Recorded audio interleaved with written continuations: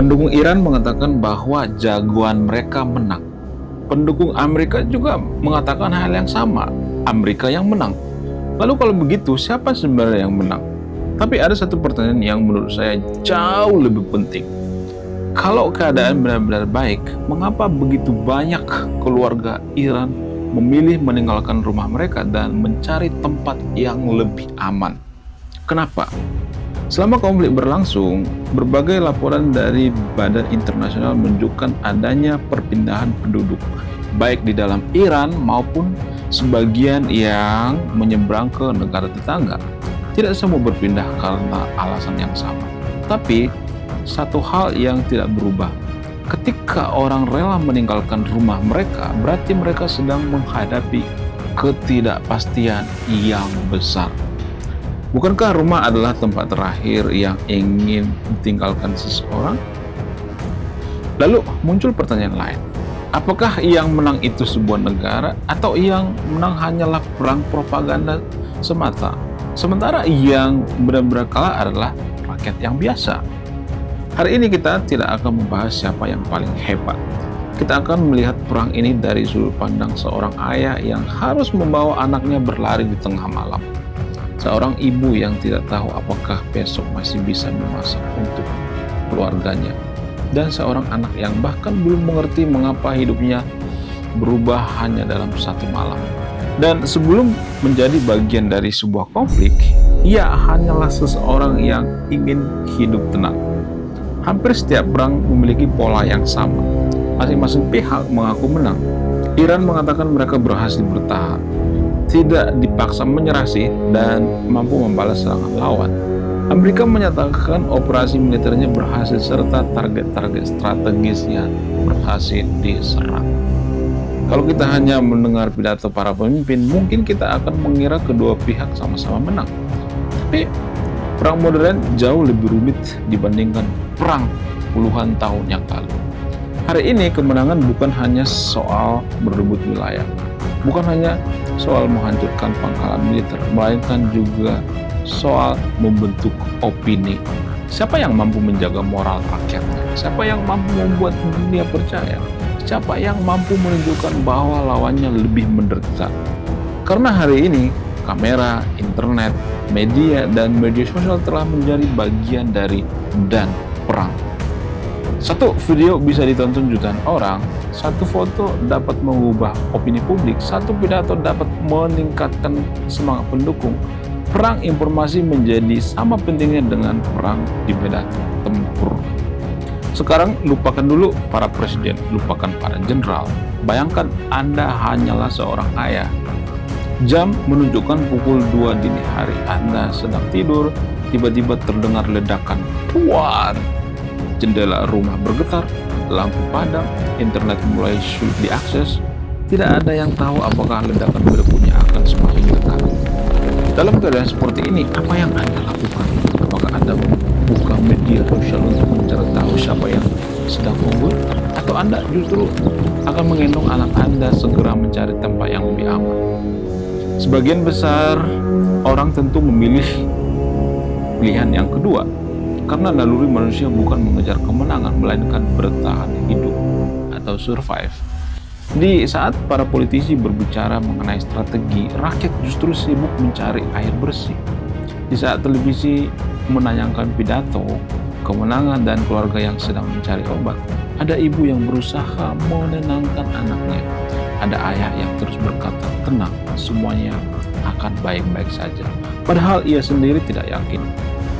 Perang selalu memiliki harga, dan harga itu hampir selalu dibayar oleh rakyat biasa. Korban jiwa, korban luka, rumah yang rusak, sekolah yang berhenti beroperasi, rumah sakit yang bekerja di bawah tekanan, ekonomi yang melambat, harga kebutuhan pokok yang naik, lapangan pekerjaan yang hilang, tabungan keluarga yang habis, anak-anak kehilangan kesempatan untuk belajar, sebagian keluarga hanya sempat membawa pakaian yang melekat di badan. Sebagian lagi meninggalkan rumah yang dibangun selama puluhan tahun. Rumah yang penuh kenangan, rumah tempat anak pertama lahir, rumah tempat orang tua menghabiskan masa tuanya. Semua itu bisa hilang hanya dalam hitungan detik. Ini Inilah harga perang yang seringkali tidak masuk dalam pidato kemenangan. Ketika mendengar kata pengungsi, banyak orang langsung membayangkan orang-orang menyeberangi perbatasan negara. Padahal kenyataannya tidak selalu demikian. Dalam banyak konflik, jumlah warga yang pindah ke daerah lain di dalam negara sendiri justru jauh lebih besar. Mereka belum tentu meninggalkan negaranya, tapi mereka tetap kehilangan rumah, tetap kehilangan rasa aman. Sebagian memang memilih menyeberang ke negara tetangga seperti Pakistan misalnya, namun sebagian besar hanya ingin mencari tempat yang dianggap lebih aman untuk sementara. Bagi seorang anak kecil yang berpindah dari rumah ke tempat penampungan bukan sekedar pindah alam. Itu berarti kehilangan kamar, kehilangan sekolah, kehilangan teman bermain, dan kehilangan rasa aman yang selama ini dianggap biasa. Perang Abad ke-21 tidak hanya menggunakan rudal, tapi juga menggunakan narasi.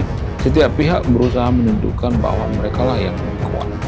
Video-video kemenangan disebarkan, pidato dipublikasikan, potongan gambar dipilih untuk memperkuat pesan tertentu. Tujuannya sederhana, menjaga moral pendukung, melemahkan mental lawan, dan mempengaruhi opini dunia.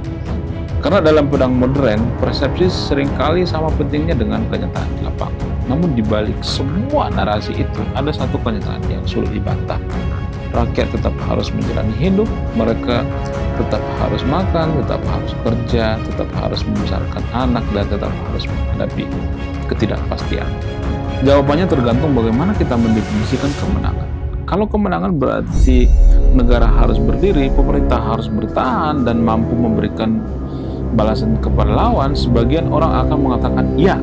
Tapi kalau kemenangan berarti rakyat harus tidur tenang, ya, ekonomi stabil, sekolah berjalan normal, rumah sakit tidak kewalahan, anak-anak tidur tanpa mendengar ledakan, maka jawabannya menjadi lebih rumit.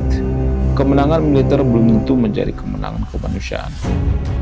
Dalam hampir semua perang, yang paling sering kalah bukanlah presiden, bukan pula jenderal, melainkan rakyat biasa. Mereka kehilangan rumah, kehilangan pekerjaan, kehilangan masa depan, bahkan kehilangan orang-orang yang mereka cintai. Mungkin karena itulah ketika kita mendengar seorang berkata Iran menang atau Amerika menang, pertanyaan yang lebih penting bukanlah siapa yang menang, melainkan berapa banyak keluarga yang harus kehilangan rumah agar sebuah negara mengklaim kemenangan. Karena sejarah berkali-kali mengajarkan satu hal, negara bisa mengklaim kemenangan, politisi bisa berpidato, tentara bisa mendapat medali, tapi bagi seorang ibu yang kehilangan anak, tidak ada kemenangan, yang ada hanyalah harapan. Semoga perang berikutnya tidak pernah terjadi lagi. Semoga pemerintah Iran menyadari hal ini. Tidak ada perang yang bisa dimenangkan hanya karena ambisi, terutama ambisi pribadi. Saya warga intelektual, saya ekonom, saya orang yang bersimpati. Salam rasional.